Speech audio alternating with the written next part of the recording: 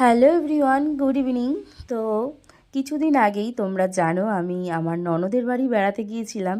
তো সেখান থেকে আমাদের ভাগনা বউ, তো সে বলল মামি চলুন বেড়াতে যাই কোথাও একটা।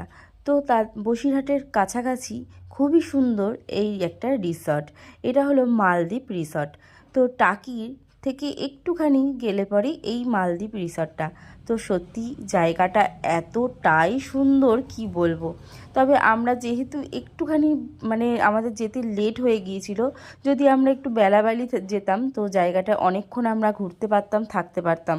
কিন্তু আমরা বেশিক্ষণ থাকতে পারিনি, তবু যতক্ষণ ছিলাম ভীষণ ভালো লাগছিল। তবে বসিরহাটের টাকির কাছাকাছি যারা থাকো তারা তো জানোই, এই জায়গাটায় নিশ্চয়ই গেছো তোমরা। অবশ্যই তারা কমেন্টে জানিও, যদি এখানকার কোনো বন্ধু থেকে থাকো অবশ্যই জানিও তোমরাও গেছো কি না, তোমাদের কেমন লেগেছে অবশ্যই জানিও। আমরা তো সবাই মিলে খুব এনজয় করছিলাম। তবে মনে হচ্ছিল যদি এটা শীতকাল হতো আর আমরা একটু বেলাবেলি আসতে পারলে এখানে একটা ছোটোখাটো পিকনিক করা যেত। তবে দেখে গেলাম এর পরের বার যখন আসবো অবশ্যই এখানে পিকনিক করতে একদমই ভুলবো না। যাই হোক বন্ধুরা, তোমাদের সঙ্গে গল্প করতে করতে তোমাদেরকে রিসর্টটা পুরোটাই ঘুরিয়ে দেখালাম। তোমাদের কেমন লাগলো অবশ্যই কমেন্টে জানিও। টাটা।